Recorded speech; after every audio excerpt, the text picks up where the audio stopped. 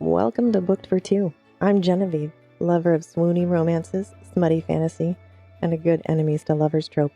And I'm Scott, your go-to guy for dragons, sprawling fantasies, and questioning if females spend more time brooding or hair flipping. Wow, that joke gets worse every time you say it. And yet, here we are. This is the podcast where we dive into books together as a couple, sharing laughs, debates, and probably way too many feelings about fictional characters. Each week, we break down chapters from a book, offering two very different takes, mine logical and thoughtful. And mine, absolutely correct. Plus, let's be honest, spicier. Fair enough. So, grab your book, get comfy, and let's turn the page together.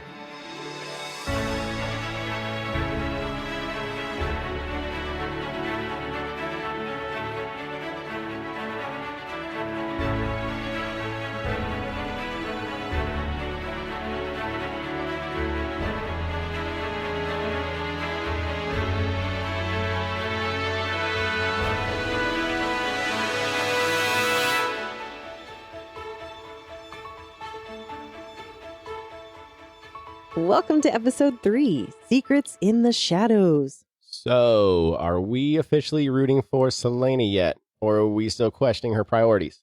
I mean, she's juggling survival, scheming nobles, and literally running circles around some assassin amateurs. I'd say she's earning her points. Yeah, I guess, but does it count as running circles if you're also tripping over your feelings? Oof. I think it counts more when the people around her are practically flinging themselves into her orbit. Yeah, you got a fair point, so we'll give Celaena 1, universe 0. Now, last week, we followed Celaena's grand entrance into the glass castle and the start of the competition. We got a closer look at the ragtag group of criminals and cutthroats she's up against. Yeah, but we also saw the subtle start of alliances forming and some deadly politics lurking in the shadows. And let's not forget the king. He's making a big, mysterious exit that feels more like the start of trouble than a vacation. Basically, Celaena's learning that the competition isn't her only problem. It's just the easiest one to stab. Before we dive in, make sure you're following us on Facebook, Instagram, and TikTok at Booked42 Podcast for updates, fun content, and behind-the-scenes sneak peeks. And don't forget to subscribe to Booked for Two on your favorite podcast platform. And leave us a review. Your support helps other book lovers find us and join the adventure. Now, let's turn the page. Starting us off with Chapter 15. Bullseyes and power plays. All right, we begin with Celaena and Chaol walking into the sparring room, and something feels weird. The room is unusually quiet. This would be a terrible time to let out a fart. Oh, goodness. And there's this massive black curtain slicing through the space. Whatever's behind it, no one knows, but the tension builds and builds. Is it the Wizard of Oz behind the curtain? Pay no attention to the man behind the curtain. Very nice. Good reference. Thanks. Celaena sticks close to Chaol, but her eyes are darting around the room, taking in every detail. Up on the mezzanine, the sponsors are watching, including Dorian, who greets her with an all-too-familiar grin. She returns a tight smile, but her attention is already shifting. Her focus is on the competition now, sizing up the room and planning her next move. Let's talk about that tight smile. Let's. Do you think it's just because it's a competition, or do you think she has a quote-unquote tight smile for other reasons? That seems very specific. I think she might be a little upset with Dorian. She hasn't seen him in a while, and all he has done is sent her books. That's what it seems like to me. So I think she's a little upset. That sounds right. All right, cue stage left. Scott's favorite gray-eyed thief, Knox, sneaks on over to have a chat. Mm-hmm. Clearly trying to make a connection, fishing for some information about the test. Celaena is not having it. She keeps it light, plays along, joking that the curtain's probably hiding a pack of man-eating wolves. They'll have to fight barehanded. I would be down for that. Of course you would. Chaol, of course, shuts their banter down real quick, reminding her that she's supposed to be focusing. Classic Chaol. Then, the moment we've all been waiting for. What is it? Brullo What's behind the curtain? steps up and reveals the test. And? Archery! Archery? What the hell are we doing here? Archery? What is this? The Boy Scouts? Are we getting an Eagle Scout badge along with the King's Champion? I wanted a gladiatorial bloodbath. Babe, this isn't a John Gwynne book. Oh. I know. I'm sorry. An archery contest. She has to bite down her laugh. As we all did. Yes, because she learned archery first thing from Arabin. That's a staple. Yeah, because I'm pretty sure When you are training as an assassin, the first thing you want to learn is how to kill someone from far away. So he probably beat this into her head so badly that she could kill anyone from a mile. Speaking of far away, each of the champions gets 5 shots at 5 targets, and each of the targets gets progressively further away. Worst aim goes home. Of course, Chaol leans in to warn Celaena not to show off, and she purrs, "I'll try not to." He's such a stick in the mud. Of course, and in the most Celaena way possible. But she's already. Yes, she is. And as the test begins, Celaena keeps a sharp eye on the other competitors. She's sizing them up. Nox, though, surprises her by landing 3 bullseyes on the closer targets. Not too shabby for a gray-eyed feller. And he just barely misses the farther ones. She was fairly impressed. Maybe he is someone worth considering as an ally, especially if he is the one mauling people. You and your gray-eyed prejudices. He's doing it, I'm telling you. Then there's Paylor, clearly struggling. Poor guy can barely pull the bowstring back, and he's a terrible shot. Celaena mentally notes his weakness, but doesn't write him off entirely. His strength isn't in combat, it's in poisons, and that makes him a wild card and potentially useful. A possible ally? Maybe. I like it. And I think someone to keep an eye on. Definitely. Now, Grave, on the other hand, he did quote-unquote okay in Celaena's book, just hitting 4 bullseyes, no big deal. Solid, nothing spectacular. Of course. And then there's our boy Cain, the king's golden boy, who strides in like he owns the place. He doesn't just shoot, though. He storms through the test, rapid firing all 5 arrows with unnerving precision. Every single one hits the bullseyes. Not shocked. And one even comes close to the elusive black center dot. Naturally, the room eats it up. The crowd fawns over him like he's the next big thing. And Celaena, she's not impressed. She's actually fuming. Because while everyone is swooning over Cain, she knows she could easily outshoot them without breaking a sweat. And it burns her up that she's not the one getting that recognition. It's definitely burning her up, but now it's finally her turn. Celaena strides up with her head held high. She's brushing off all the snickers from all the men and all the other competitors. I am Celaena Sardothian, Adderland's assassin. If these men knew who I was, they'd stop laughing. I am Celaena Sardothian. I am going to win. I will not be afraid. Absolute chills. She plays it smart at first, though, deliberately avoiding the bullseyes. Her shots are good enough to stay in the game without drawing too much attention, right, Chaol Chip? But then this red-headed guy named Renault starts laughing at her.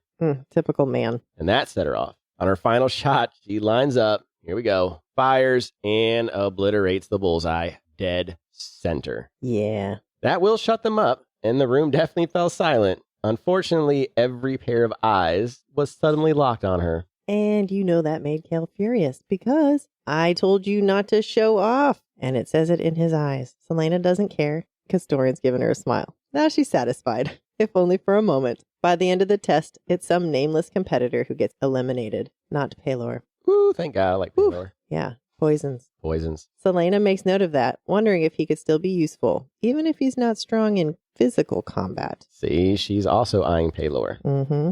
Well, babe, if there's one thing we've learned here, it's that Celaena's pride and competitiveness might just get her into as much trouble as it gets her out of. What do you think? So I think she is a little bit of a hothead. I think her pride could possibly get her in trouble later on. As I said, in my part, every pair of eyes was suddenly locked on her when she nailed that last bullseye. So she needs to watch out because this could make her target number 1, which is exactly what Chaol told her not to do. And again, playing devil's advocate, she needs to stay in the middle for safety until we get to the final 4. But I totally get it. She could not let that ride. She knows that she placed every single shot exactly where she wanted it. I just hope that pride's not her downfall. Yeah, I hope so too. But you know who did like it though? Dorian. Yes. Another smile. I think he likes the fact that she was being rebellious. Ooh, okay. And let's talk about the grin at the beginning. Okay. So he was flirting, of course. Mm-hmm. But I don't think she was having it. She wasn't having it. He's been missing. He hasn't been there. Now we've got 2 nice smiles from him and a tight smile from her. He's fallen behind. Yeah. Hopefully in these future chapters, he'll show up. Sounds good. Let's see what happens in the next chapter. And now, chapter 16. The price of survival. Trigger warning. Before we dive into this chapter, we want to give a heads up that it contains sensitive content related to violence and sexual assault. Please proceed with care. We begin with Celaena and Chaol running through the game park, and surprise, surprise, she's still a bit out of shape. It's been 3 days since the first test, 10 since arriving in Rifthold, and while she's determined, her body isn't quite there yet. But I get it. She's been in the mines for an entire year. Her body has wasted away. She hasn't eaten. It's only been 10 days. And Chaol expects her to be Olympic ready. Right? All right, it's the Winter Olympics. Go, Celaena. Yeah, it's 10 days. Chaol Chip, give her a little bit of a break. But anyway, she would not lose the cane, Renault, or any of them. So that gave her all the motivation she needs. However, she vomits again mid-run. Gross. And then Chaol starts giving her shit for eating right before running, which, as we all know, you need to at least wait 2 hours before you go running when you eat. Yeah, how'd that work out for you this morning? We listen and we don't judge. Touche. All right, so the tone shifts when Chaol notices the scars on her back. He asks when she got them, and her reply is very sharp. When do you think? She then reveals the 3 largest scars came in her first day in Endovier, when she received 21 lashes just for arriving that night, alone and friendless. She wasn't even sure she would survive. Wow, just for arriving. Just for arriving. And we'll talk about what Chaol said to her before she even told that story, because I felt that was kind of rude. And when Chaol, ever the protector, asks incredulously, "No one helped you?" Celaena tells him about the one person who did. A young woman slipped her a tin of salve while they waited in line for breakfast the next morning. The price for her kindness was horrifying. The woman was brutally violated and killed by 4 overseers for helping Celaena. Disgusting. When Celaena finally snapped, it wasn't to escape. It was to make those men pay.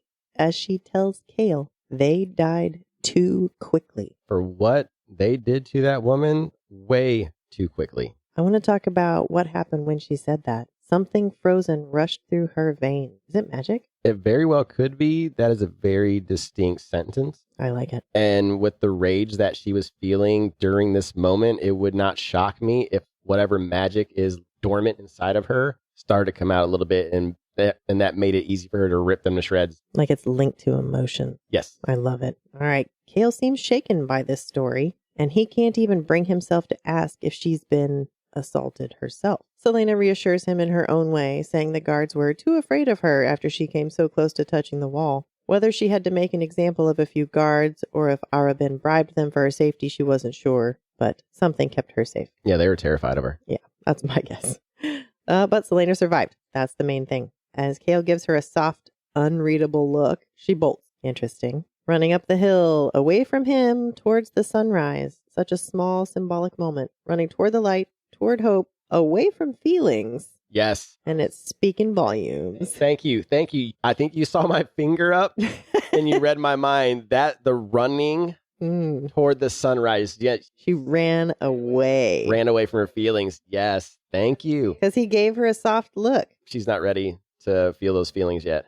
Now our story shifts to the next afternoon with Brullo lecturing the champions about weapons. Celaena's bored out of her mind because she knows all this shit. She zones out, idly wondering if it's possible to even fall asleep while standing. I definitely know how that is. I remember basic training. And I also hate lectures as well. It's like death by PowerPoint. I know, right? But just as her thoughts begin to drift, a sudden moment near the balcony door snaps her attention. One of the larger champions, one of the discharged soldiers, takes the guard out with a single blow and bolts for the garden doors in a desperate attempt to escape. And he did not make it. Oh. That poor bastard took an arrow right in his throat, and the room went silent. Half the guards surrounded the champion, hands on their swords, while the others rushed to the fallen guard and the dead soldier. Nobody moved, nobody was breathing. One wrong step, one twitch, and there could be another arrow, another body on the floor. Let the body, the floor, let the body, floor. Nice.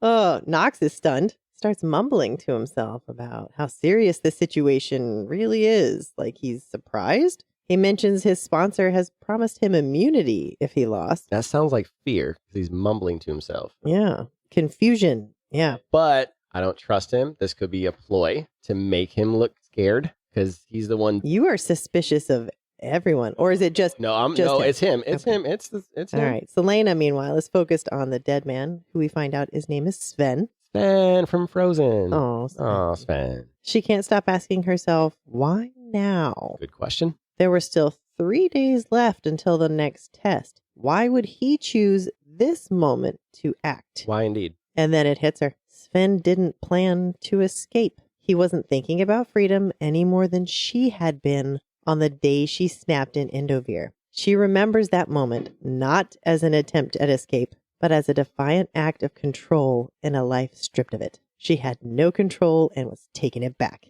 And she realized that Sven felt the same way, so she remembers how that felt. He was making a statement. Yeah. He was choosing to die on his own terms rather than play this game. I don't blame him. Mm-mm. But in a striking moment of clarity for our girl, watching Sven's final moment, she is reminded of her own brutal experiences at Endovir. The beatings, the lashings, the constant attempts to break her spirit, and the unwavering refusal to let Adderland steal her humanity. In a rare, tender show of empathy, she silently prays for Sven, wishing him peace in whatever lies beyond. That's a beautiful moment. Mm-hmm. It's a powerful reminder of how deeply Celaena understands the cost of survival and the strength it takes to hold on to even a shred of compassion in the face of so much pain. She's got layers like an onion, girl. Or like a parfait. Everybody loves a parfait. Yeah, strawberries. This chapter really highlights the trauma Celaena's carrying from Endovir. She's not only grappling with physical scars, she's got some deep emotional wounds. Let's talk about that guilt that she has to be carrying. So I do feel she has a tiny bit of guilt for that woman being violated and dying for helping her. Yeah, I definitely think she has a little bit of guilt, but she also can't dwell on that guilt because it was something that woman chose to do of her own accord, out of the goodness of her own heart. So maybe that was one of the first chinks in the armor of an assassin's sympathy or empathy. True. And also, when she ran away from her emotions, she still hasn't been able to feel emotions since she's been, locked away in Endovir. So the only emotion she felt was that rage when she killed the guards. That's the only emotion she's ever felt since. Now that she's praying for Sven, where she's starting to show a little bit more empathy and tenderness. And I think eventually we might start seeing her emotions, take hold. Yeah, I'm excited to see where this transforms for her. Yeah. And now speaking of Sven, mm-hmm. What do you think he's running from? I don't know. It's 3 days before the test. Thing scared him enough to where he committed suicide. He knew he wasn't making it out. And Celaena even mentions that. He knew that this was a suicide attempt. So something scared him enough to where he'd rather die this way than whatever way there might be in one of the tests or Final Four, whatever the king has for these champions. She said that that's right, Celaena mentioned that if he were actually trying to escape, that he would have done it at night when not all those guards were around and not all those champions were in the room and there wasn't all these people in there. So he clearly wasn't trying to escape. He sacrificed himself to let the other champions know that they need to watch out for something. Maybe there is no leaving, and that's what Nox is just realizing. Oof. All right, so these are all good conspiracy theories. Tint foil hat. Yep. They're definitely on. Mine's on. You ready to move on to the next chapter? Yeah, let's do it. Let's do it. Here we go. Chapter 17. From matchmaking to sparring matches.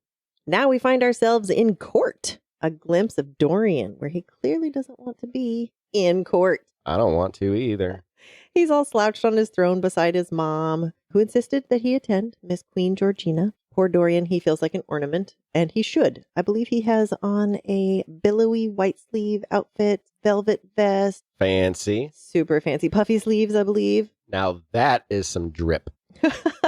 And he's got swirling nobles. They're dancing around. There's gossiping. There's scheming, seducing. Yeah, you got the perfect storm of courtly chaos, and he wants to leave. Well, let's be honest. The queen isn't letting him off easy. She brings up his younger brother, Holland, who hates school, shocking, and writes home complaining nonstop. She also asks Dorian to promise he'll care for Holland after she's gone. A morbid but telling moment, since Holland is her baby boy. And a psychopath, apparently. Can't wait to find out more about him when he grows up. Oh, yeah. And then, of course, marriage talk begins. Yay. She's ready to marry him off, preferably to a princess, but she's quick to dismiss Nehemia as impetuous and haughty. Dorian, to his credit, is disgusted by her prejudice, though he keeps it to himself. And then Dorian is bored of it. These nobles, these fake companions, even the gambling on the champions. His trip to Indivir didn't help, and now he feels trapped in this endless cycle of expectation. Like his mother expecting him to get married at 19. 19. He's 19. How young are all these people in this book? To be fair, wasn't she 16 when she wrote this? That is true. She was 16 when she wrote this, so that makes sense, especially once we start reading some of these parts for you guys. That tracks. All right, he just had his heart broken by Rosamund, poor prince. So is that our Romeo's Rosalind? Oh, perhaps. Did I say that right? I think so. I mean, I've seen Leonardo DiCaprio's Romeo and Juliet about 1,000 times, so hopefully I said that right. It's one of my favorites. She hands him a list of potential brides, and it's the last straw. He shoves the list in his pocket and bolts for the exit. But, of course, Dorian can't avoid drama. Even outside of boring court, he hears swords clashing and finds Celaena sparring with 3 guards in the training room. But he can't help but watch. She's graceful, powerful, and completely in her element. Stop the love music and butterflies, because who is that also with her? Oh, Princess Nehemia, dressed for sparring and holding a carved wooden staff. Dorian is shocked and panicking. Where the hell is Chaol? Where the hell is Brullo? And why the fuck is the princess sparring? And Dorian confronts her, immediately dragging her aside to demand answers. And you know she's cheeky as ever. And he insists that the princess can't be here. Why is the Princess Nehemia here? She called on me. And when Philippa told her I was here, she insisted on joining. Apparently, a woman can only go so long without a sword between her hands. I don't recall you being so talkative. Well, perhaps if you'd taken the time to speak with me, you'd have found me to be so. And when would I have spoken to you? You do recall the little fact that we traveled together from Indovir, don't you? And that I've been here for weeks now? I sent you those books. And did you ever ask me if I had read them? I've spoken to you once since we've been here. This next little bit is not conversation, but he actually grabs her arm. And I love that she just turns around and stares at his hand. His heart quickens. Wait. My favorite part. Her turquoise eyes glittered as she stared at his hand. Do you think it was glittering as in she was excited about it, or glittering as in, is this man insane? He is handling an assassin? I like it. Okay. So anyway. Aren't you afraid of me? Or are you as deft at handling your sword as Captain Westfall? Better. Well, very amusing, Your Highness. I do what I can, but you can't have Princess Nehemia here with you. So now they're going to escort the princess to her chambers, and Dorian is forced to let Celaena translate, and all of a sudden finds himself volunteered instead to spar with the princess. Whoops. Dorian refuses, and Celaena, ever the troublemaker, suggests, well, you could spar with her instead. He's flustered, but manages a smooth comeback, offering us to schedule a private lesson in her chambers. Tonight. Of course, that only adds to the spicy tension. In the end, Dorian opts for some basic swordplay with Nehemia, grabbing wooden swords to keep things light. But let's be honest, he's trying to keep up, not take control. Between Celaena's smirks and Nehemia's precision, our boy is in over his head, and he knows it. He's juggling courtly pressures, prejudice, the chaos of those two women all at once. It's a lot for anyone, especially, remember, a 19-year-old prince. Listen, he just wants some puppies in the kennels to distract him. He can't catch a break. Speaking of not catching a break, let's talk about the mother. Let's meddlesome mom trying to marry off her 19-year-old son. Yeah, typical queen from Fantasyland. I have this young son. I'm going to marry him off. You need to marry a princess. Here's a list of women. You're being too picky. Stop messing with the girls. You're old enough now. You need to start being serious. Blah, blah, blah, blah, blah. That kind of thing. Thanks, Mom. You're not allowed to marry for love. I remember her saying that. Like, what do you think this is? Marriage for love? You just do what you have to do. Yeah, it's all about duty, not love. And I don't think Dorian wants to play that way. I don't think so. I think whoever Rosamund in really hurt him deeply. But I also feel with Celaena, he might start having feelings again. Well, that might explain the little flirty flirt that was happening between them here. Some definite flirty flirt with the glittery eyes. Eyes glittering. He touched her. Yes. And what about the talk about sword play? The sword play? How do you mean? Well, she said that my hands haven't touched a sword, quote unquote, in a while. Why is it It's just always innuendos with you guys, isn't it? Well, yeah. They're actually playing with swords. Flirting, though. What is that? She's No. She's the one that said it. She said it at the very beginning. Now, I'm not saying it's not an innuendo. It's an innuendo. But they're literally playing with swords. They were, yeah, okay. Literally. Yeah. They literally have swords in their hands. It's just the way she said it. I'm just gonna go It with. Could be the way you said it. The way you said it on the mic. Oh, maybe it's my fault. Okay. It's definitely your fault. Okay, we're gonna go with that. I'll take it. All right, maybe we should move on to the next chapter. Yeah, this is a fun chapter though. I liked it. We got to learn a lot about Dorian. Finally, a lot about his relationships to other people, especially with his mother. I mean, he's your typical doesn't want to do the duties. He just wants to have his own life. Yeah, and that's it. Yeah, Don't we all? All right, so moving on to the next chapter. Next up, chapter 18. Fencing and frustration. Celaena is still watching Dorian lead Nehemia through some fencing basics, and surprise, surprise, she's thinking about how annoyingly attractive he is. Annoyingly attractive. That's like you. I mean, all princes are attractive. Remember, it annoys her that she can't kill them because they're so attractive. Yeah. She tries to brush it off, but his charm and confidence are clearly getting under her skin. Damn him for being so handsome, right? Yes. I believe she sort of wanted to kiss him. She actually said that. I sort of want to kiss him. But we learned that it's been over a year since she's been kissed. We learned something even more important. Yeah. We hear about Sam for the first time. Sam? Who's Sam? Sam is unfortunately passed on. Okay. But they grew up together, and that is who she kissed. So someone who grew up with her in the Assassin's Guild. I believe so. In the Assassin's Guild, it sounds like. And she hasn't wanted to kiss anyone else. She thought it was gross. Until Dorian. Until this annoyingly attractive Dorian came about. So maybe we'll hear more about Sam. Meanwhile, Nehemia is no slouch with a sword, and she smacks Dorian's wrist and gloats, and Celaena can't help but laugh. Of course. It's a lighthearted moment, and dum-dum-dum, Chaol storms in.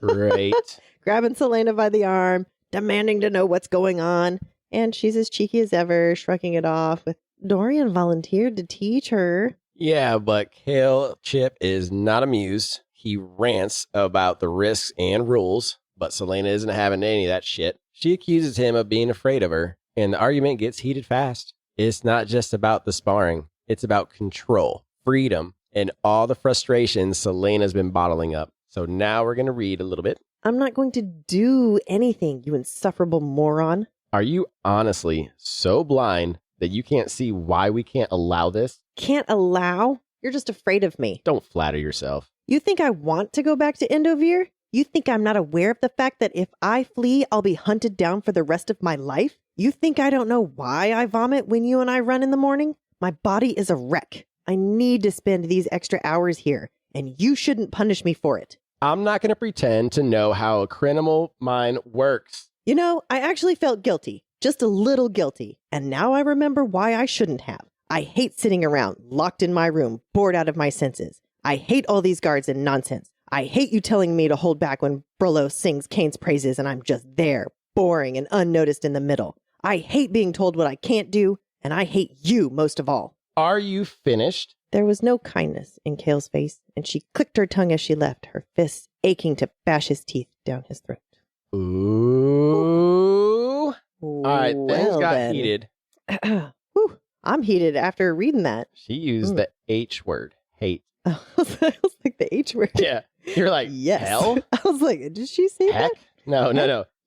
Hate. Yes. Because, you have the L word, love. Yeah. The H word, hate. The exact opposite, right? Yeah. For me, it makes sense. Anyway, yeah. So that's rough. How do we feel about this? I understand where she's coming from. She feels constrained, constricted, but she's a criminal. So yes, from Chaol's standpoint, again, me playing devil's advocate, I'm not 100% agreeing with Chaol. He is a soldier first and foremost. He is by the rules, by the book. So his thing is, you're a criminal. We got you out of the mines. You're going to play by our rules. You can't just go off doing your own thing. I need to know where you're at all times, or else you're going to blow this whole thing, because she's also under a disguise as Lillian, so she could blow that as well. And also seen sparring with Nehemia potentially the enemy as well. So Chaol is rightfully pissed as well. He's not wrong. No, he's not wrong, but he also is not showing any kind of leeway.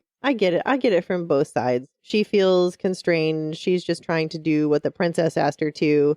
And then she convinced Dorian already. So why can't Kale Chip just get on board? I mean, I can see the constraint part because she just got out of Endovier. So she's got this taste of freedom. All she wants is her freedom, which is the whole reason why she's doing this to begin with. And she just wants to feel like a human being for a little bit by, sparring with Nehemia because they're starting to get a little close. So she just wants to basically just have some friends. Yeah. So I see that side as well. Yeah. Now, real quick, Mm-hmm. let's go back to a little flirtation. Mm-hmm.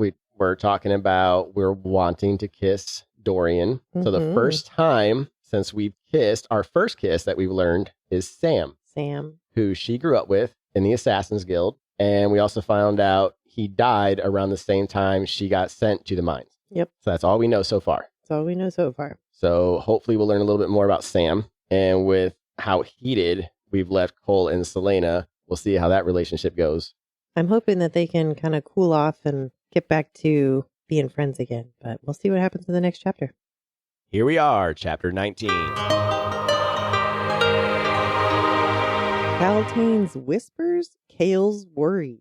All right, we're back at the party. Woo! But now it's all about Kaltain. She's scoping out the room, noticing the Duke chatting with Georgina. Meanwhile, where the hell is Dorian? She spent her whole morning getting dolled up, squeezing into this torture device of a dress. She's dripping in jewelry. And for what? He vanished. Annoying. Anyway, her thoughts shift back to the Duke. Why is he even here? Curious. He never shows up to court. Real quick, how annoying is it when you get all dolled up to go to a party, expecting someone to be there, and then, womp womp, not there? It's very disappointing. Yeah. Yeah. Poor Kaltain. Are we supposed to feel sorry for Kaltain at this point, though? I don't know. No, I don't think so. All right. So, after Duke Borington finishes his conversation with the Queen, Kaltain intercepts him on the way out. The Duke, clearly pleased by her attention, is met with Kaltain's thinly veiled disgust, though disgust might be putting it mildly. She loathes being in his presence. However, Kaltain needs an escape from her monotonous life and the looming threat of being married off, and her father would never allow her to leave without a chaperone. So, enter Duke Borington, her golden ticket to Rifthold. Was it worth it?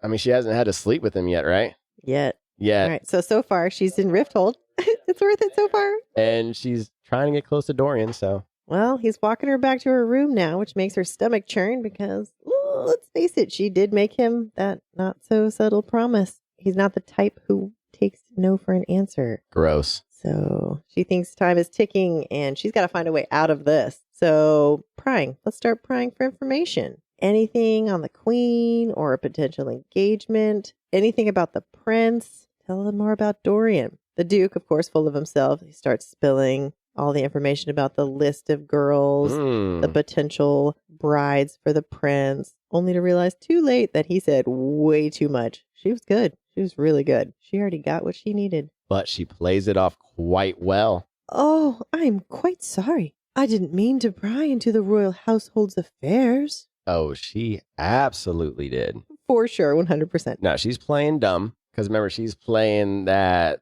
girl that doesn't know anything. I don't know where I'm from. I'm in my little bubble, which is bullshit. Because she's cold, she's calculating, and she's a survivor, I can tell. Because smoothly, she shifts the subject to Lillian. All Kaltain really wanted was confirmation if Lillian was on the list. But what Borington shared was far more valuable than what she'd hoped for. And then guess what? What? The Duke hates Lillian just as much as Kaltain does. Nice. Maybe even more. And that little tidbit has Kaltain even more giddy. We know why the Duke despises Lillian. He's not clueless about her true identity. But for Kaltain, this is jackpot level intel. More than what she wanted. Now they have a common enemy, her and the Duke. And all she has to do is keep playing him like a fiddle. And when the time is right, she'll make sure Lillian's influence over Dorian is gone. Ancient history. I like that. Ancient history. Now, we're going to talk more about Kaltain and what she's up to. But quickly, we're going to change scenes to Dorian and Chaol. They're escorting Nehemia back to her chambers. When Chaol, let's call him Captain Buzzkill, Kale Chip, whatever for now, starts questioning how cozy the prince and the assassin are getting. And I think Dorian can sense a flicker of jealousy from Chaol, but he brushes it off. It's just him doing his duty. He's reminding Dorian how dangerous she is, but not one to back down. Dorian fires back with a warning of his own. You worry too much. It's my occupation to worry. Then you'll have gray hair before you're 25.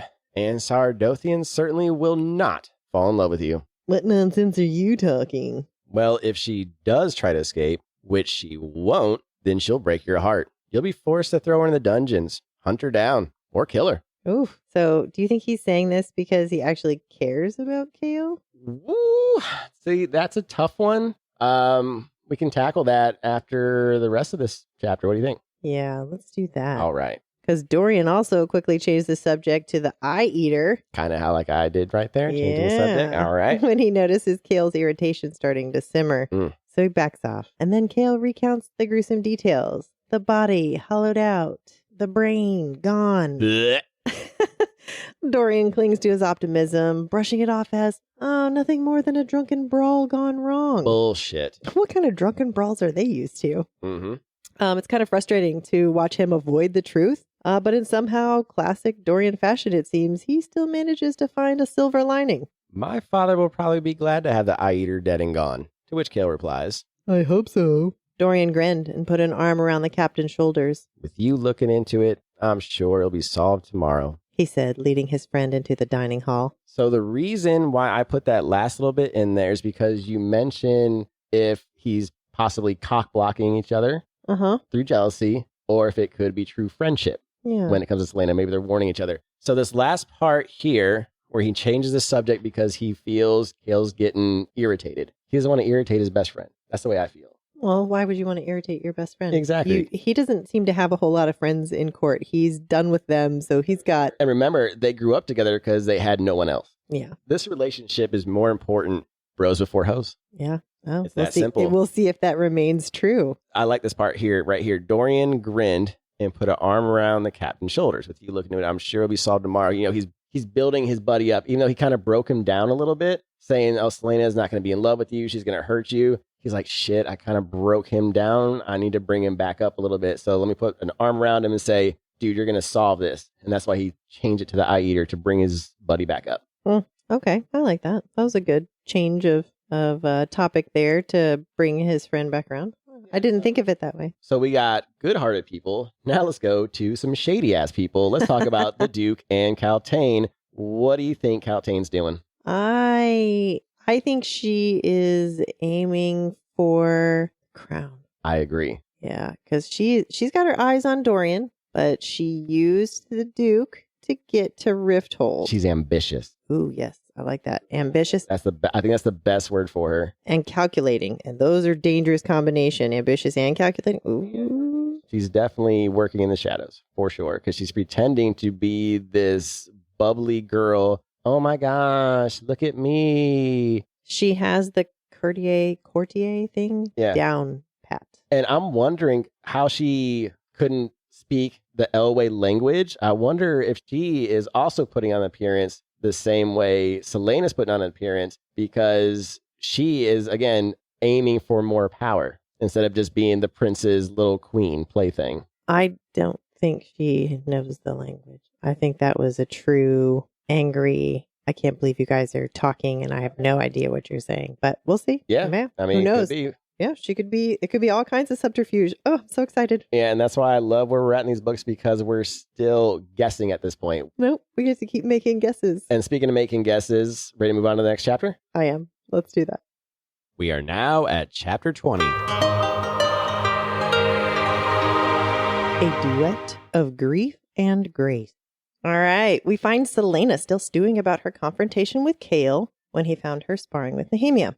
Even the ending of her book failed her. Oh, womp womp. Yeah. She can't let her fight with Chaol get to her right now, though. She has a test that she needs to worry about tomorrow. We must focus. And now there's another dead champion. She's wound up tight, but she is also a sappy mess. She's worried about Chaol and her relationship with Chaol. All right, she needs to focus. Focus. She needed something to take her mind off of things. And so she heads into the music and game room. And she can't play billiards or cards by herself. Apparently solitaire has not been invented yet. That's a shame. But Her eyes land on a pianoforte. Ooh. Quote, she used to play. Oh, she loved to play. Loved music. The way music could break and heal and make everything seem possible and heroic. End quote. Oh, I like that. That was powerful. Yeah, and I'll explain why at the end of this chapter I picked that exact quote. Well, I look forward to hearing that. All right. Now, as her fingers glide across the keys, familiarity stirs within her, and her thoughts drift to her old master Arobin. He had always made her play whenever they met. Did he know she was out of the mines? Would he come for her? Would he even free her? Her mind spirals further. Who had betrayed her? It had only been 2 weeks since Sam. Sam. What would he make of all of this? Sam had also been betrayed weeks prior to her losing her freedom. Killed. She touches a lower note, deep and throbbing, full of sorrow and anger. She starts playing a piece she used to play on repeat until Arobin would make her play something else. It was a mournful piece, one that not even a year in the mines could make her forget. Every emotion pouring out of her, playing and playing. She was lost in the music, and the sound forgave and saved her. And I was bawling. I mean, the ceiling opened up over my head. That's right. We don't cry. The ceiling leaks and drips on our faces here in this house, right? Yep. Yeah. That's my story, and I'm sticking to it. Yeah. Very powerful. Super powerful. Yeah, you were crying today, too, right before we started filming. We were practicing. So, speaking of powerful emotions, yes, Dorian was standing in the doorway, captivated by the beautiful music that was being played. She was so lost in the melody that despite all her finely honed skills, she didn't sense his presence. Unable to resist, he ruined the moment by casually sitting beside her, scaring the absolute hell out of her. She wasn't amused. In fact, she had already moved halfway toward the rack of cue sticks before realizing it was him. And then, unfortunately, she turns red. She's uncomfortable that he witnessed her vulnerability in that moment. She was completely lost in the music. And then he's actually confused. He didn't realize that Adarlan's assassin would even have emotions or show emotions, maybe. She asks him why he's there, and he reminds her that they decided to meet. She thought it was a joke. He doesn't seem to joke about those kinds of things. And they have some playful banter, which I would love to go back and forth with you. Let's do it. All right. We decided to meet tonight. Don't you remember? I thought it was a joke. I'm the crown prince of Adarlan. I don't joke. Are you allowed to be here? Allowed? Again, I'm a prince. I can do what I like. Yes, but I'm Adarlan's assassin. From your playing, it seems you are more than that. What do you mean? Well, he said, try not to get lost in her strange, lovely eyes. I don't think anyone who plays like that can be just a criminal. It seems like you have a soul. Ooh. The conversation shifts to her training and the competition. Things get interesting when the conversation shifts to Chaol. Celaena seems to think that Chaol hates her because he is the captain of the guard and she is an assassin. Which might be true. Yeah, rightfully so. That's a good theory. And he is forced to belittle himself as the captain. And things start to spice up finally when the prince insinuates that she's lonely. And she fires back. Okay, this is too good not to read verbatim, so let's do that. So forgive us. We're going to do a little acting. No, I can survive well enough on my own, if given proper reading material. Still, it can't be pleasant to be one's own companion all the times. And what would you do? I'd rather not be seen as one of your lovers. And what's wrong with that? I'm already notorious as an assassin. I don't particularly feel like being notorious for sharing your bed. Would you like me to explain why? Or is it enough for me to say that I don't take jewels and trinkets as payment for my affection? I'm not going to debate morality with an assassin. You kill people for money, you know. Her eyes became hard. You may leave now. You're dismissing me? Shall I summon Chaol to see what he thinks? Why should I be thrown from your rooms for stating the truth? You just called me little more than a whoremongerer. He hadn't had this much fun in ages. Tell me about your life. How have you learned to play the pianoforte so masterfully? And what was that piece? It was so sad. Were you thinking about a secret lover? He winked. I practiced. She stood, walking toward the door. And yes, she snapped. I was. You're quite prickly tonight. You're not nearly as chatty as you were this afternoon. I'm not some odd commodity that you can gawk at. I'm not some carnival exhibit. And you won't use me as part of some unfulfilled desire for adventure and excitement, which is undoubtedly why you chose me to be your champion. His mouth fell open. What? She stalked past him and dropped into an armchair. Did you honestly think I wouldn't realize why you came here tonight? As someone who gave me The Crown of a Hero to read, which suggests a rather fanciful mind that yearns for adventure. I don't think you're an adventure. Oh, the castle offers so much excitement that the presence of Adarlan's assassin is nothing unusual, nothing that would entice a young prince who's been confined to a court all his life. And what does this competition suggest, for that matter? I'm already at your father's disposal. I won't become his son's jester too. It was his turn to blush. Had he ever been scolded like this by anyone? His parents, his tutors perhaps, but certainly not a young woman. Don't you know who you're talking to? My dear prince, she drawled, examining her nails. You're alone in my room. The hallway door is very far away. I can say whatever I wish. I'll go, but I'll return soon. I'm sure. Good night, Sardothian. Tell me something before I leave. This mystery lover of yours, he doesn't live in the castle, does he? Some of the light vanished from her eyes. Good night, she says, a bit coldly. I didn't mean to. She waves him off, looking towards the fire. He starts to walk away. His name was Sam. She was still staring at the fire. Was Sam? What happened? He died. When? He got out. He would never tease her like that. Never said a damn word if he'd known. Her words were strangled as she said, 13 months ago. I'm sorry. Sensing she was truly done talking, Dorian cleared his throat.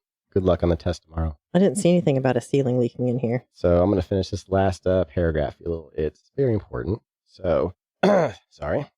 Emotional, especially reading the parts. He couldn't banish her heart-wrenching music from his mind, even when he burned his mother's list of eligible maidens, even when he read a book long into the night, even when he finally fell asleep. I thought the ceiling was leaking over you. Yeah, this dude is absolutely in love with Celaena. Sorry, Genevieve is collecting herself real quick. All right, well. Yeah, so she's definitely crying, not fake. I'm a little shooken up as well. Wait, you can cry next time. Yeah, so we knew coming into this chapter, this was going to be a tough one for us to record. This is because of how emotional it was. And so, you ready to get into it? Yeah, let's talk about music. All right. Yeah, well, we have two different takes on this. Let's start with music. Okay, so the reason why I chose the quote, we're going to go back to it. The quote is, she used to play. Oh, she loved to play, loved music. The way music could break and heal and make everything seem possible and heroic. The reason why that stood out to me is because of how impactful music is in all of our lives.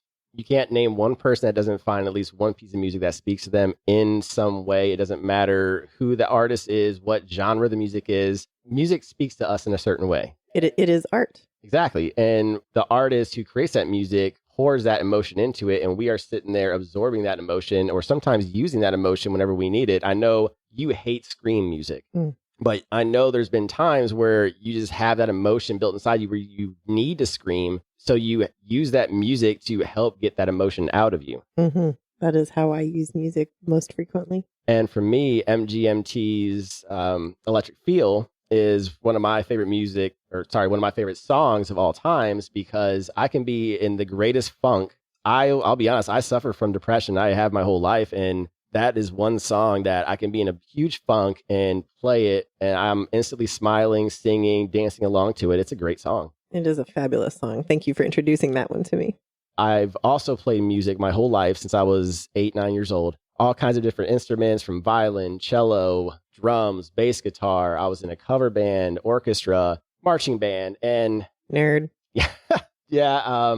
I love you, nerd. I'm a proud nerd, so I am very proud of that, my musical side. And for me, playing is so much different than listening. Listening, you still get the emotions, but you're still feeling that other person's emotions with you. Whereas playing, you're feeling the emotions coming out of you as you play. I mean, it's kind of like how we were just speaking the roles of Dorian and Celaena just now. That's why we got emotional, because we were trying to embody the emotions for our audience. And so it got us emotional because we were trying to feel what they're feeling. Mm-hmm. And I think that's another reason why this is a very impactful chapter for us. For me, I can't play music. I tried the saxophone. I tried the violin. I tried the piano. I have no attention span for it. I never wanted to learn how to read the music, so I didn't. I was just hopeful. I was like, I'm just going to be a musical prodigy. Nope.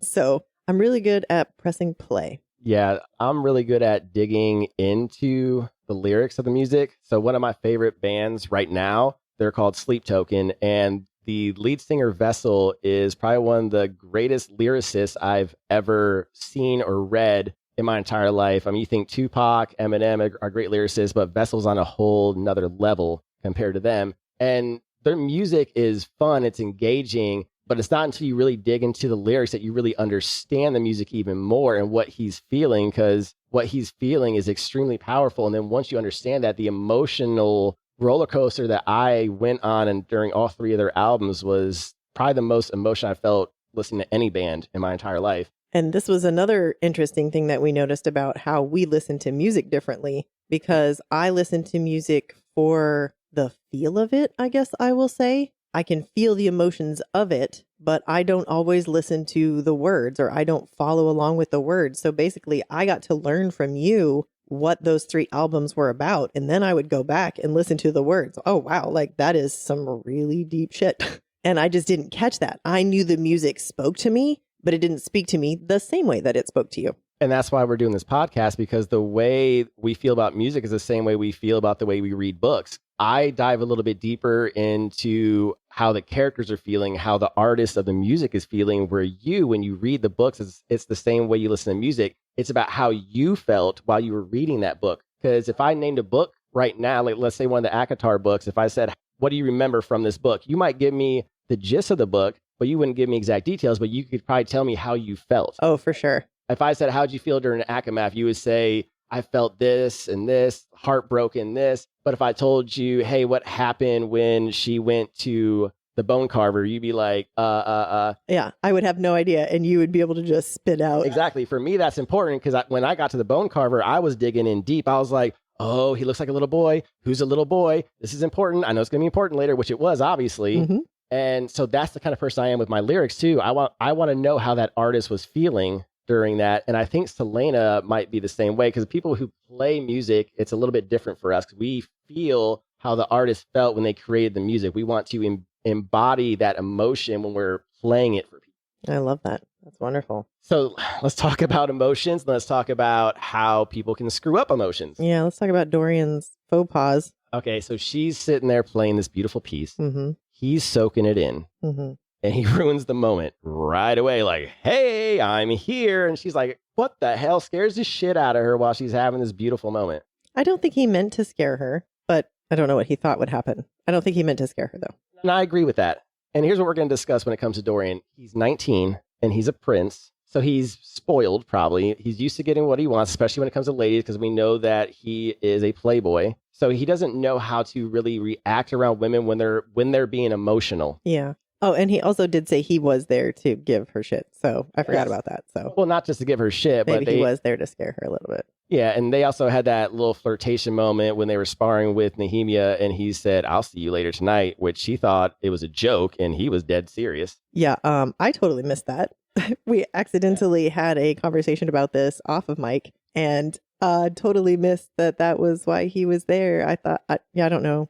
I missed it. And that's why it's important why we have our different points of views, just like we explained earlier, and also the male and female point of view, because I'm thinking like Dorian, he's there to get a piece of ass. That's the whole reason why he's there. Yes, he likes Sardothian. I'm not saying he doesn't, but he also wants to bang her. And then he just doesn't read the room after the fact. Yes, because they had been flirting back and forth the whole time they've been in Rifthold. And then he's like, oh, well, maybe tonight's the night. Let me test it out. And then he goes to her room. She's pouring her heart out and he ruins it. I mean, he's just not reading the room. Just one track mind. Yes. Dude things. Well, immature dude things. He's again, 19. 19. He doesn't understand how to handle women's emotions. And I think when he finally leaves, they get into that little spouting match when he finally realizes, it's about her old dead lover. Mm-hmm. And this is a serious moment. And I haven't been serious this whole time. Oh shit, I've ruined it. And when he leaves, he just has that moment where he's like, I am in love with this woman,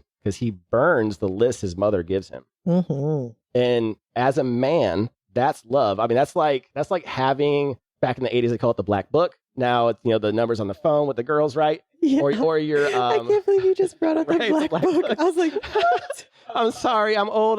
I'm so old.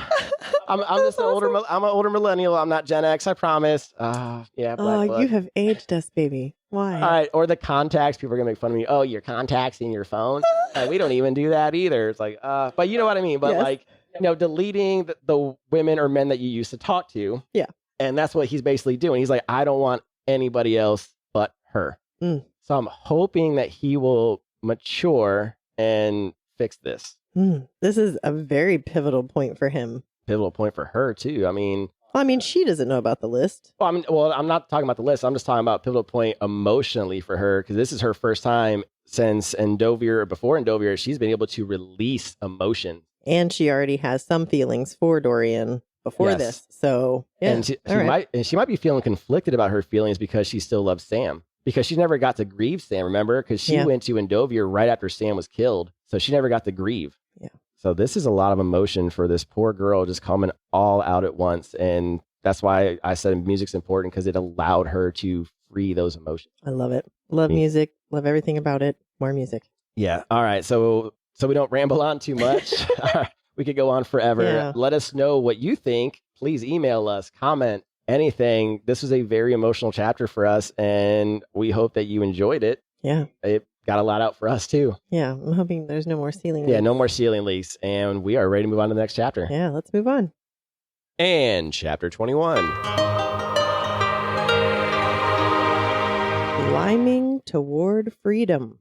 So, Celaena is 70 feet up the castle wall, the wind lashing at her while her hands and toes cling to the stone smeared with tar. The test this time? Straightforward, but brutal. Climb 90 feet to grab the golden flag and bring it back down. First one wins. Well, bragging rights. And a pat on the back. Pat on the back. Oh my God. Scott completely lost it here. Oh, it was hilarious. Pat on the back. You get a pat on the back. You climb up 90 feet, grab a flag, pat on the back. Participation trophy for everybody. Yep. Good job. Yeah, good job, little buddy. Everybody you climbed. did so Yay, good. Everybody climbed the wall. Good job. Next. What is going on with these tests? This is imagine hilarious. 19 champions scaling the wall, but one's missing. Did someone manage to escape? We're 20 more feet to go. And surprisingly, no one had fallen yet, though that was likely due to the relatively easy climb with balconies, windowsills, and trellises providing plenty of footholds. She paused on a ledge to catch her breath and assess the competition. Yep, big surprise. Kane was in the lead, followed by Grave and his little weasel, Viren. Nox and Pelor weren't doing too shabby either. Most of the competitors are trailing Kane like obedient little duck because his route is easier. Robes, spikes, even some fancy boots. But Celaena, of course she's taking the harder path because, well, she's Celaena. And then, splat!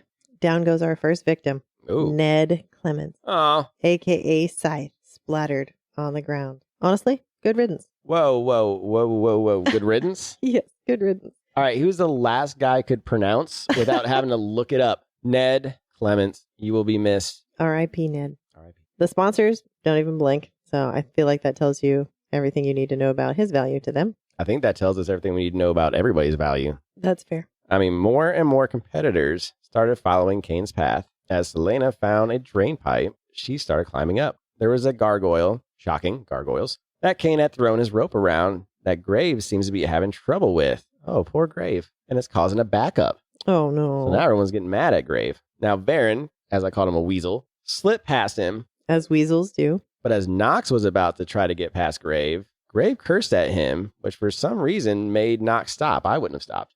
Throw that rope around the gargoyle, but for some reason, Nox stopped. That's probably not good. So Celaena refocused and noticed another competitor below her roping another gargoyle. Then she hears a scream. Uh-oh. And it was Nox. Grave had shoved him, and he fell with the rope still tied around his waist. Hold on. And that's why you don't stop. When he cussed at him and he stopped, he shouldn't have stopped. You keep going. Well, he hung against the castle wall. The sneaky fucker Grave has a hidden knife in his boot. What? Yeah. Celaena tries to warn Nox, but the wind is too strong against the castle walls, and Grave begins sawing at Nox's rope. None of the other champions cared. It was one less competitor, and even if they did interfere, it might cost them the test, and no one is willing.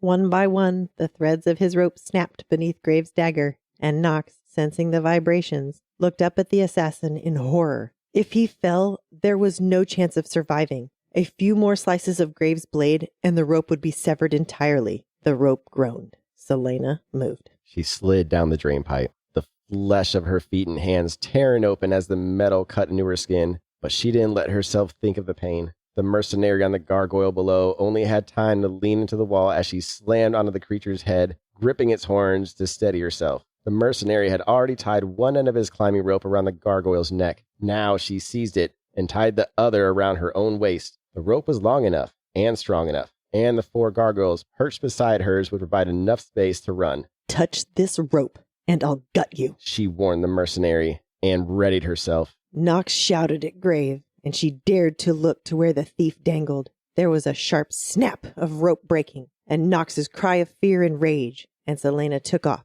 sprinting across the backs of the 4 gargoyles before she launched herself into the void. Into the void. Into the void. So I'm torn here. So are her feet. See what you did there. Nice. Good one. So are her feet. Her hands, too. Don't forget that. Yes. No, but you know how I feel about Knox? Oh, yeah. The gray-eyed man. But it's her one true ally-ish person. Who could be mauling everybody. She lets him go and no one's getting mauled anymore. Maybe. I mean, it's worth it, right? Because only one person is going to be there at the end. Am I right? Yeah, but it's always better to have... I know, you need friends. You need allies. You need allies. I get it. And she doesn't know that he's mauling people. I know he's mauling people, but that's okay. You're the only one that knows. Can we talk about what she just said right here, though? Yes. Touch this rope and I'll gut you. Wow. Like how... Wait, so... But she's... Yeah, there's no logic here. Like... Well, no logic for the mercenary that's holding the rope for her. I don't know that he's holding it. He's got it tied already to the gargoyle. So she's just saying, don't cut this. Don't try and mess this up. Don't do to me what Grave just did to Knox. Or I'll gut you, though. Yeah, or I'll gut you. But she's going to be midair. Like, how does she... She'll be dead. Yeah, I don't know how she thinks she's going to... I think that's why she has shown her skill to these people. And some of these people are terrified of her. Because for that to happen, I don't think... If she says that to Cain or Grave or Varen, they're just going to drop the rope or cut it. You saw Grave's the one that cut the rope on Knox. Yeah. Some of these people are terrified of her. And it's now showing because of her pride. Again, showing her pride. She took the hard route. Everyone else took the easy route. But her pride was like, nope, I'm going to take the hard route and climb with the tar. While everyone else is using ropes and boots and grappling and all that. Nope, I'm taking the hard route. So her pride is getting the best of her again. I don't know that she actually took the hardest route because of pride. Okay. I think she kind of took it because she'd have to be fighting off everybody else like they're doing right now. Because she'd be in the same situation. They'd all be fighting over the same place. So she knows that she's capable of doing what she's doing. So she's got no competition where she is right now. Okay. So I don't think she definitely wouldn't put it past them to do the same thing to her that they just did to Knox.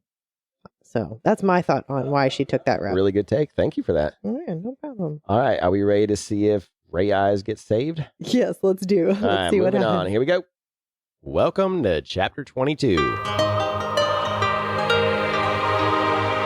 Scaling heights, unearthing horrors. Wind tore at her, but Celaena kept her focus on Knox, falling so fast, so far from her outstretched hands. People shouted below, and the light bouncing off the glass castle blinded her. But there he was, just a hand's breadth from her fingers, his gray eyes wide, his arms swinging as if he could turn them into wings. In a heartbeat, her arms were around his middle as she slammed into him so hard that the breath was knocked from her chest. Together they plummeted like a stone, down, down, down toward the rising ground.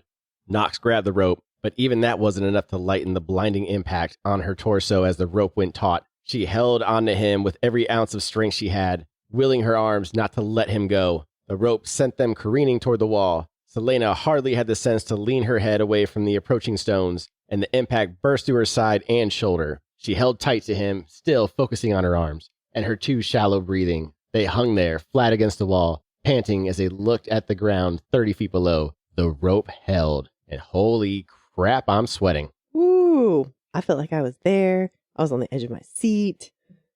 So they gathered their bearings as I gathered my bearings.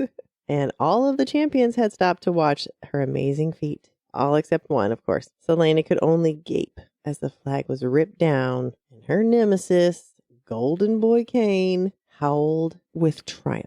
Another test she could have won easily, but no. She had to do what Chaol said. Stay in the middle. And then what Kane did with the rope, that was pure amateur hour. Anyway, she bore down, reminding herself, okay, there's nothing wrong with second place, at least for now. Yep, second place isn't bad. But just as she thought that, Varen, the little weasel, reached the top. No. Followed closely by, of course, Grave, and then shockingly Pelor and Renault. Celaena didn't wait. She began climbing, leaving Nox to fend for himself.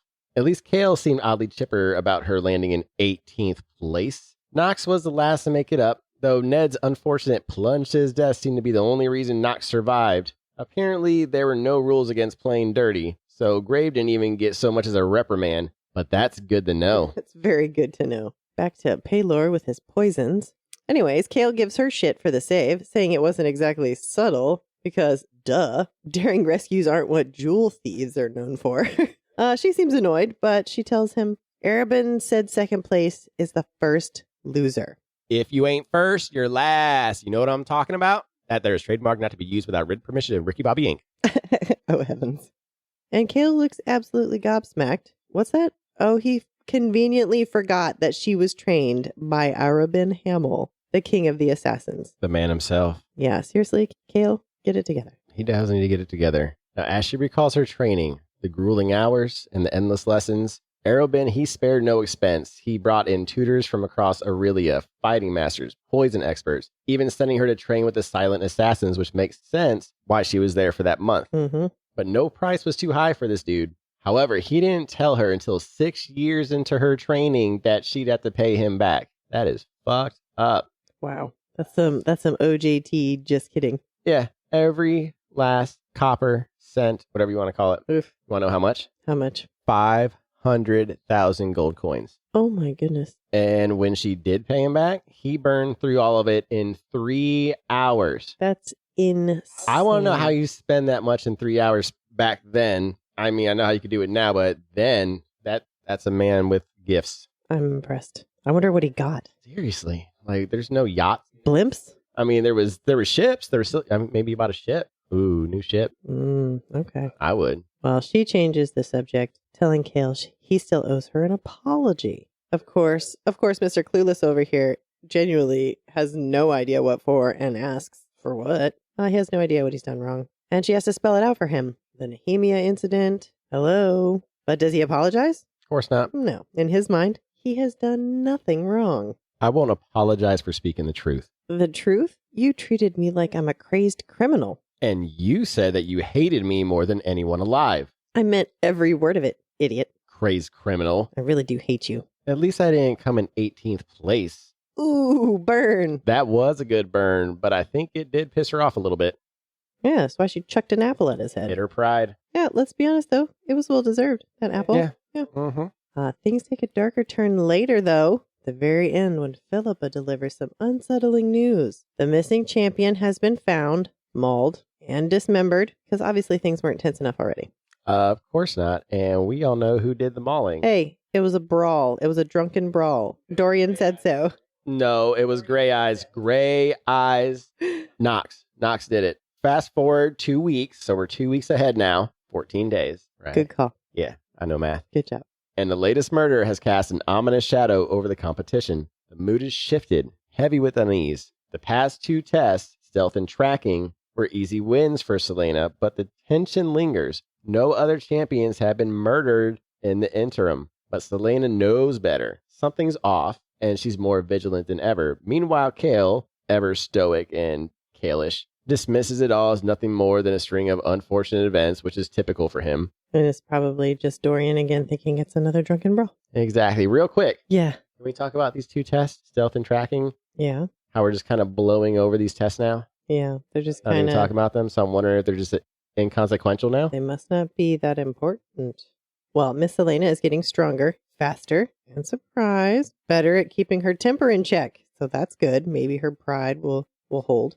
She hadn't even killed Kane yet, despite all the garbage that came out of his mouth. That's a good sign. Win. Progress. Since that emotional night in her room, the Crown Prince hasn't visited. not even once. She sees him during the tests where he grins and winks at her like it's some sort of private joke. And as much as she hates to admit it, it makes her feel all tingly and warm. It's ridiculous, but whatever. No time for that. She's laser focused on the tests. 9 weeks left until the final duel. She knows Kane will make the final 4. There's no question about that. No question. But who else? Nox? Yes. Grave? Definitely. Maybe our sneaky little poison maker, Paylor? I think he's going to die tragically sometime earlier before then. I wonder about Varen. Varen seems sneaky enough to get in there. We don't know any of the other people's names yet, so they're probably not. Exactly. I'm not too worried about them. All right. Either way, she's sure she'll make it. Probably. Well, I would hope so, or else we're not reading the right series and we are wasting our time. It's a very with short books, series. maybe? Unless we change like the protagonist. Yeah. All right. Well, let's talk about that save. That was a good save. But was it smart? No. She definitely drew a lot of attention to herself, even more so than the archery thing. She did. I get why she might have done it because that is her one ally besides maybe Paylor. But Nox has been the one that's constantly been there. So if she doesn't save him, she doesn't have an ally now. And maybe that sympathy bone or whatever's going on with her also kicked in. I wonder if she would have saved anyone else. Ooh, that's a good call because I'm pretty sure that growing up, she was taught not to save anybody. I mean, your job is to kill. That is your one and only job. And now she's saving people during a game when she knows that she needs to be in the final 4. And that could have been one less competitor. Even though it is a possible ally for her. It's still very early, too, and she's still got all of those Kane and Varen and Grave to worry about, so better to have allies. But that was still a really risky move. We'll see if it pays off, I guess. And obviously, Chaol wasn't happy about it. No, not at all. But there was a little bit of fun between her and Chaol. Chaol was throwing up some zingers saying, at least I didn't come in 18th place. It wasn't the right zinger. So I still think Chaol just doesn't know how to be... He doesn't know how to joke. He's not good at it. He's socially awkward. Yes. He's very straightforward. And I just don't think he knows how to read those kind of situations. Yeah, that could very well be. Especially with the tension that they've been having lately.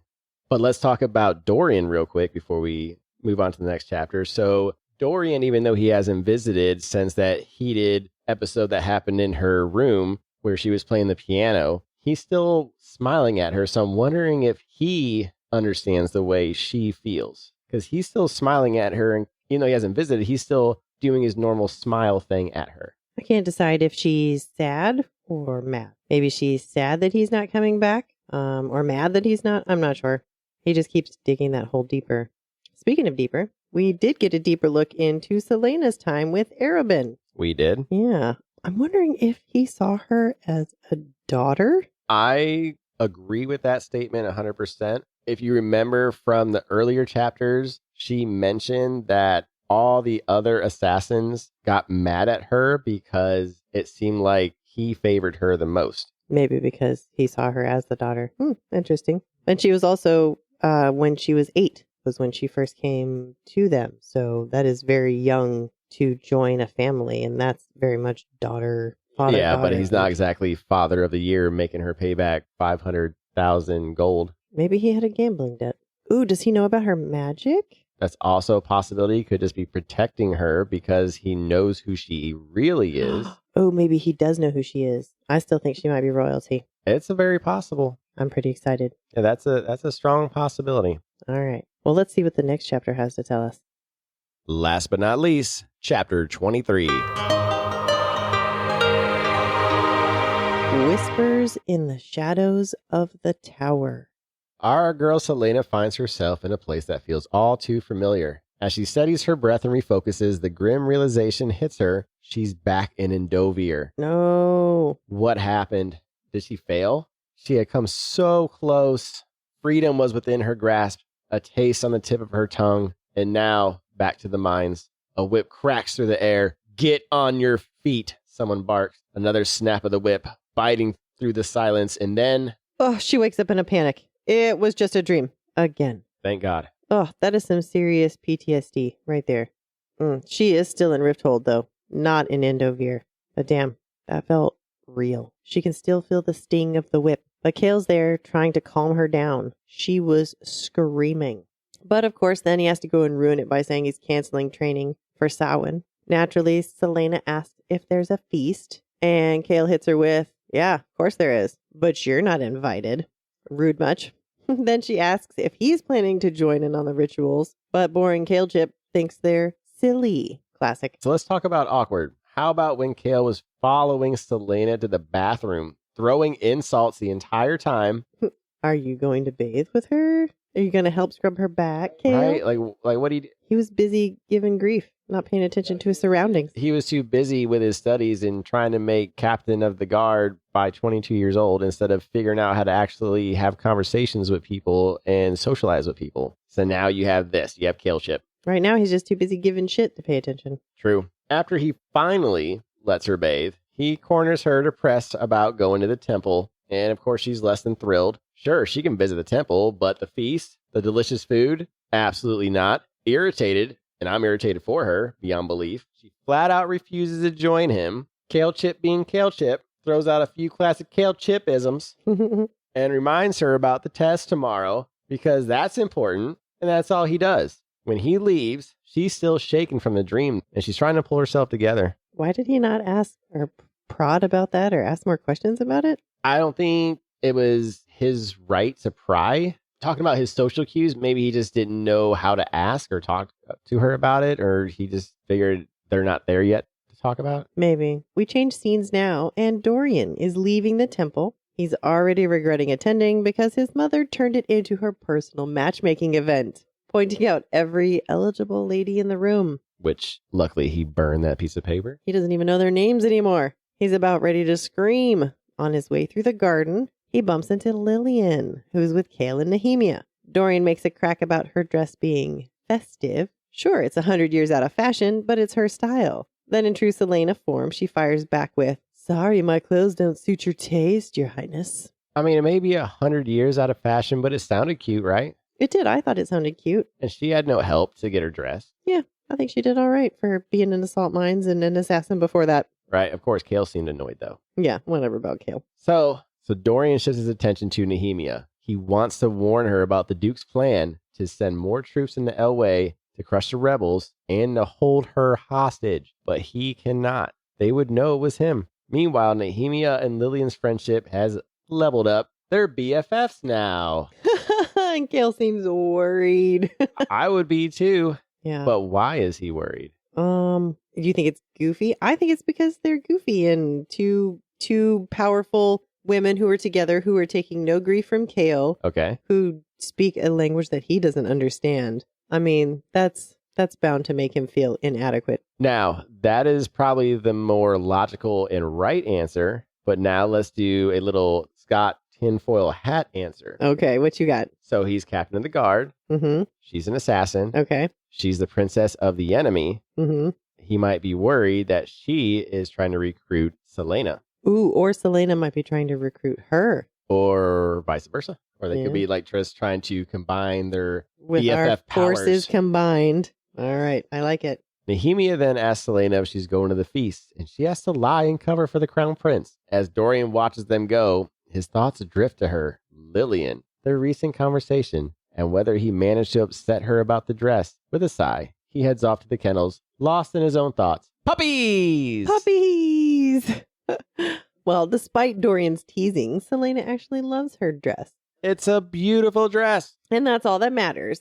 She's feeling good, which means she's ready to dish out some more sass. Nehemia drops the phrase, "your king," mid-garden, and Celaena jumps in before her bestie can get herself in trouble. Time out. That was deliberate as hell. That your king, not my king. Extremely deliberate, yes. So Celaena jumps in before Nehemia can get herself or them in trouble by speaking too loudly where others can overhear. She casually mentions Chaol's brother, Taryn, and she gets a look from Chaol about that. Oh, she remembered Chaol's brother's name. He seems surprised. And she also notices Chaol's looking extra handsome today. It sounds like sparks are flying. It's possible, but real quick. Mm-hmm. 2 shockers. Okay. 1, we learned Chaol's brother's name. Mm-hmm. Taryn. Yep. 2, even though she's got the hots for Dorian, she still thinks Chaol's like kind of a cutie. Hey, she can look at all of them. I'm not saying there's anything wrong with it. I'm just saying I hope there's not like a love triangle thing.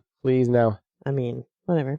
Chaol asks if she's seriously skipping the party, and Celaena, in true Celaena fashion, replies, "As my friend, you should either bring me along or keep me company." The word friend practically stops him in his tracks. She follows it up by calling him her scowling escort or reluctant acquaintance. Because of course she does. Before things can get even more awkward, Nehemia swoops in to save her friend, casually announcing that Lillian will teach her Rifthold's language. What follows is a bit of a playful back and forth between Chaol and Nehemia until Celaena, who is clearly over it, shuts them both down because just ahead, kneeling before the clock tower, the dark clock tower, is Cain. They're out in the garden by the clock tower. Cain is there with his head down, hands in the dirt. Totally sketchy vibes. And he jerks up when he hears them, and then he just walks away. His hands are filthy. What's he been doing? Nehemia is not a fan of his face either, and she said she's ready to rearrange it. Sounds like they are BFFs for sure. Yes, it sounds like everybody wants to rearrange his face. Yes. They check out the spot where Cain was digging, and they find a tile that Celaena has seen before. And then Nehemia points out that it is a word mark. A word mark. So the symbol is now a triangle inside of a circle, which catches their attention. Nehemia admits she can't read it, but explains that these markings belong to an ancient religion called the Word. As they look around, they spot more of the symbols etched into the ground near the tower. Nehemia seems visibly unsettled and warns them to leave it alone. She knows something. Her voice sharp as she says, "The religion is dead for a reason." Her unease deepens as she stares intently at Celaena's forehead, insisting that Celaena knows more than she's letting on about these weird marks. I feel like Celaena gets a little uncomfortable with that and starts shifting the conversation back to them. All right, let's teach each other the language. They agree to keep it on the down low, though. Don't want to tell Killchip about that. Buzzkill. He doesn't need to know everything. And with that, they leave the tower, the word marks, and Nehemia's weirdly intense staring at Celaena's forehead. Wow. We touched on a little bit about the nightmare, PTSD most likely, but let's move on to after the nightmare. Let's talk about Chaol and Celaena. They seem to be getting along a lot better. Seem to be. There's some playful brother-sister back and forth. Yeah, but there's still no deep concern about what's actually going on with her that Dorian seems to have that he does not. Just as a side note. I know. I think there's still a few things with Chaol. He still doesn't trust her. 1. 2, he's socially inept. Yep, for sure. But he's trying. Some of his zingers are getting there. He's getting better with them. Well, maybe if they had let her go to the party, which she wasn't allowed to go to. Yeah, but I mean, let's face it. It's her scowling escort. Her reluctant acquaintance. That's true. Maybe he'll bring her a lamb leg back. And speaking of escorting, while escorting her and Nehemia, we run into Cain at the tower. He's so sus. Extremely sus. And I forgot he was still wearing that ring with the black stone. That's right. I forgot about that. He never takes that thing off. Interesting. And then he was wiping away the symbol. Was he wiping it away or wiping the dirt away to be able to see the symbols? Does he need them all revealed to be able to perform some kind of magic with his obsidian ring? That might be a possibility, because what if the black tower is made from the same type of stone? Ooh. And they're connected. Oh, I like it. Are we both putting tinfoil hats on now? Definitely. I mean, you kind of have to at this point. There's so many questions with weird marks, because it's an ancient religion that's supposed to be buried and gone, and it spooked the hell out of Nehemia. And the king is the one that had the tower built. So many puzzle pieces. So he probably had the symbols put in. So he knows something about this religion. So we need to figure out what is going on, why Cain is there kneeling, who's behind all this. Gray eyes. It's always gray eyes for you. So I'm excited for next week and our next group of chapters. Me too. I can't wait to see where we go next. All right, now it's time for He Said, She Said. Woohoo! Let's do this. Gonna win again. It's time for He Said, She Said, the game where we test each other's knowledge of this week's chapters by guessing who said what. Or more accurately, it's the game where I win because Scott either overthinks it or totally blanks out. Excuse me? I'm just giving you the illusion of superiority. It's called strategery. Is that what we're calling it? Anyway, we've each picked 3 quotes, and the other person has to guess who said them. 30 seconds, no hints, no lifelines, maybe some multiple choice, if he begs. And apparently no mercy either. Let's get to it before Genevieve starts drafting her victory speech. All right, babe, you ready to play? I am. All right, Age Before Beauty. Okay. Are you done being smug? Is that like a question or is that your quote? That was my quote. Oh, because that definitely fit. Oh my, you did that on purpose. Tick, tick, tick, tick, tick. For 30 seconds. Are you done being smug? You're done being smug. Are you done being smug? Celaena. 2? Chaol. Yes. Yes. Good job. All right, 1 point for you. Good job. You did it on purpose. I did it. That Oh. was awesome. All right. All right, you ready? Yes. You sure? Mm-hmm. There are plenty of young women who might make a good wife, though a princess would be preferred. The queen. Yes. To who? To Dorian. Of course, yeah.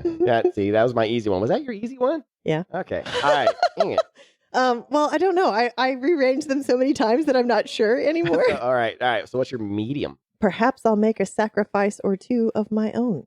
Okay, so they were definitely talking about Samhain. I'm going to go with Chaol. Nope. No? Dorian. Nope. Who was it? Celaena says it to Chaol. You got me with 2 Celaenas? Oh, you are tricky. Oh, man. All right, number 2 for you.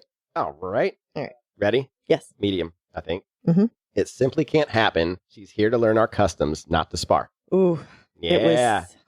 Oh, that's a tough one, huh? That was Chaol. No, that was Dorian to Celaena. Yes. Dorian to Celaena. Yes, it was. Yes. Yeah, I tried to get you. You tried. It was either him or Chaol. You were right. Yep. I was Good. like, Yep. All right. So your hard one. I'm scared. All right. I got to think. That one should have been my first one. Okay. I've got it. You're good. I'm good. I got So a fourth one. what was your first one then? I got a fourth Was one. your first one easy or hard? The first one was easy. Okay. Wait. Okay. I'm ready. Okay. Are you ready? I think. All right. This is my hard one. Okay. Jealous, are we? That's it? Nope. That's it? Yeah. That could be anybody because anybody could be jealous of anybody. There's so many people that are jealous right now. You didn't say it had to be How many more contextual. seconds do I have? Probably like 25. All right. I'm not Oh, counting. God. Dorian. Yes. To Chaol. Yes. Yes, when they were duking it out, and I thought that they might be cock blocking each other. Yes, Yes. exactly. Good All right, job. you ready for my last one? I'm ready. No idea what's behind the curtain. Knock to Celaena. Final answer. Yes. And Oh no. Celaena To Chaol. to Chaol. Yes. Right as they walked up Yes, to as they walked up, and she asked him, hoping that he would know. Dang it. All right. Well, I guess we're tied on this one. We tied, and I forgot to put a tiebreaker in. Well, My fourth one is really dumb. all right, let's do it. Let's do it. All right, let's see. Hey, if It says I never joke. That should have been number 1. I never joke. Yeah. Chaol. What? What? He never joked. He's a stick in the mud. We literally just read these lines. Oh my I God. never joke. Who is it? Dorian. He says it to Celaena because he's there in their room. Oh no. We literally just did that chapter. Tiebreaker. Okay. Yeah, tiebreaker, you win. Oh, my man. goodness. Wow. All right. Yeah. All right. That was a fun game. So hopefully our Assassins, Obsidian and Garnet, are having just as much fun at Assassin's Whisper. You ready to move on? I am. Let's move over. Good luck with Assassin's Whisper. Welcome, Seekers of Secrets, to Assassin's Whisper. I am Obsidian, sharp as a blade, clever as a riddle, and never where you expect me. And I am Garnet, the shadow you sense but cannot see, and the voice that carries truths only the bold dare to hear. Together, we are the Keepers of Whispers, guardians of the secrets of Aurelia, entrusted to pass them on to only the most cunning assassins. This is your covert briefing, a recap of what has transpired in the world of Aurelia. Pay attention, assassin. The truth is a weapon, and we're here to make sure you wield it well. Listen carefully, for every whisper could mean survival or demise. A little bird told me the tests are getting easier, almost laughable. Archery, climbing towers, child's play for an assassin. But our girl is frustratingly doing what she's told, staying in the middle. Either the king's idea of a champion is a joke, or there's a much darker game afoot. Distraction, Garnet, or deception? Deception, no doubt. Just look at Caltaine, circling the Duke like a vulture. She thinks she's weaving a grand scheme, but whispers say she's getting desperate. Whatever game she's playing, it's bound to end badly. And while Caltaine schemes, the queen has other plans. She handed Dorian a list of suitable brides, like a leash disguised as a royal duty. The prince might wear a crown, but his heart is wandering straight to Celaena. True, and Celaena's not exactly pushing him away. She's charmed, no doubt. But the walls she's built around herself aren't easy to climb. Her past, the scars left by Arab and Hamel, won't let her fall so easily. Her past might haunt her, but the present isn't any smoother. I heard Chaol caught Celaena training with Nehemia. He was furious, called her reckless, irresponsible.